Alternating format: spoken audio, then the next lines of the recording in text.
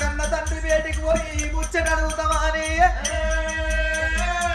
నా తండ్రి వేడికి వచ్చినది కవిడో కన్న తండ్రి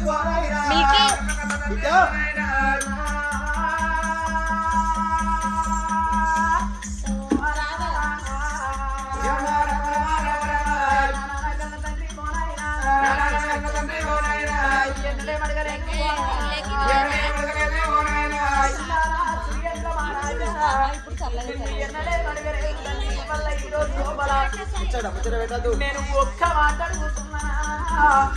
జరిగిన కథ ఇప్పుడు పడి లోపల మనమెందుకు